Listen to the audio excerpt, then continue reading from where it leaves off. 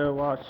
Uh, I'm gonna watch the a video titled "New Releases and Updates on RTS Game in Development" and blah blah blah. I added the blah blah blah because I don't know what else to say.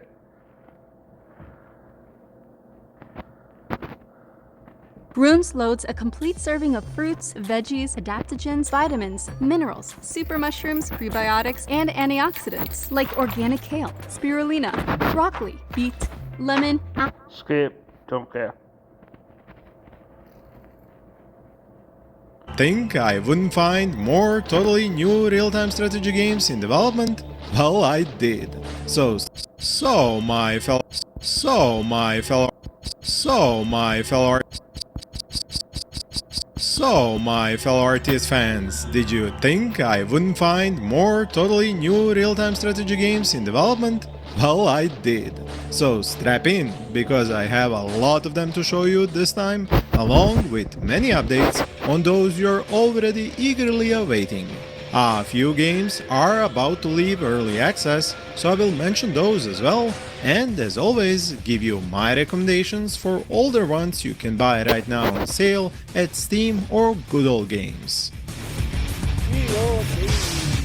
I wanted to start off with one of the totally new titles, but since I can almost feel your anticipation for an update on Dwarf, let's start there.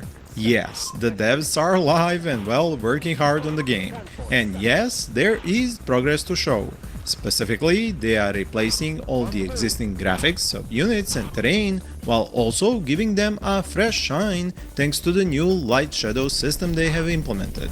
Infinite unit animations are another part of this game-wide upgrade, and a ton of work done now will save them time as they move forward and make new infinite units in the future.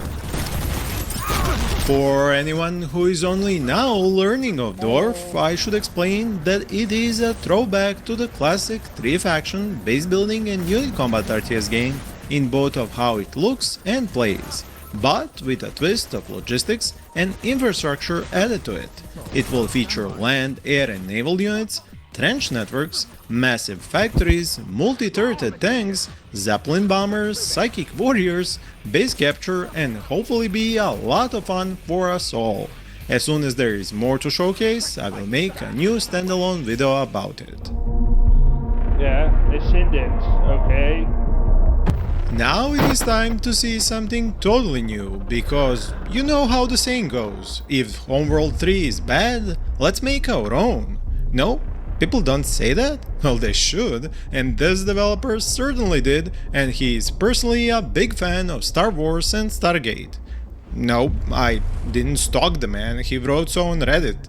You should be careful what you write there, you never know who is going to follow 10 links and find out. Just kidding.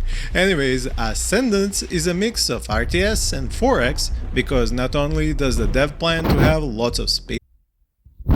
So, yeah, the thing is I was watching a video from Osmond Cole, and I don't know, my balls. It was a couple of weeks. I don't know when it was. I was watching a video, but I was watching a video because I thought, what I want to say. Hello. But yeah, it's like I was watching a video. It was talking about. It was a video about how AAA games are dead, blah blah blah, and he was doing a reaction video to that. And the thing is that it's not that RTS is dead, because it's not a dead genre. At least not anymore, because there's plenty of RTS games. I don't know. People look at me like I'm a weirdo. But there's plenty of RTS games out there you can play that are being released in today's society. It's just that it's not happening in the AAA space. That's why. And it's cool to see all the different types of like small genres that are that were once dead be popular again. I can't wait until 3D platformers become popular again. I think that would be cool. Like old school Super Mario type platformers. That would be cool. I love those style of platformers. Simulated economies, internal politics, and nuanced diplomacy as you helm a spacefaring civilization and traverse a vast and seamless galaxy he's crafting. Since there will be a lot of gameplay elements, he's also planning on options to automate some functions of your stellar empire, if you don't prefer to micromanage every little detail personally. What interests me the most is he going to pull off the physical-based ship movement, fuel, crew, and ammunition mechanics he plans on, as well as the weapons, tracking targets, and using physical projectiles to shoot at them. It is a massive feature list, but if one guy made Manor-Lords, why not Ascendants?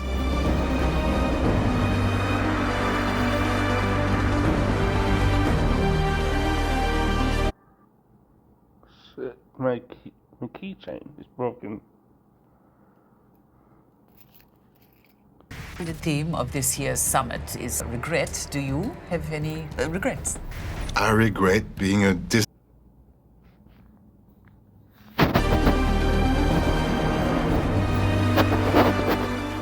And on the subject of ambitious games, how about we look at Gates of Hell Airborne DLC for Call to Arms.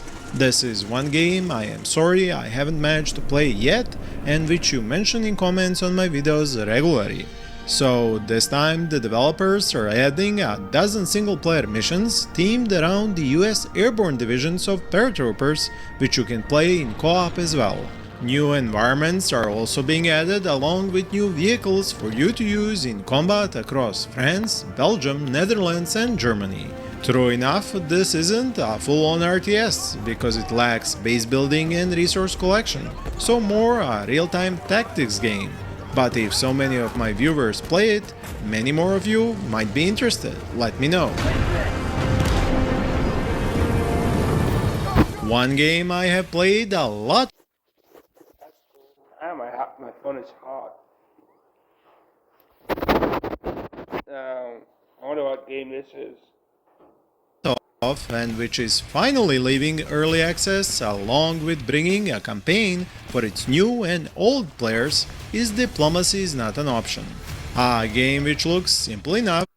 I almost said no West for the Wicked, but that's a completely different thing. It's actually Diplomacy is Not an Option. This is a funny game.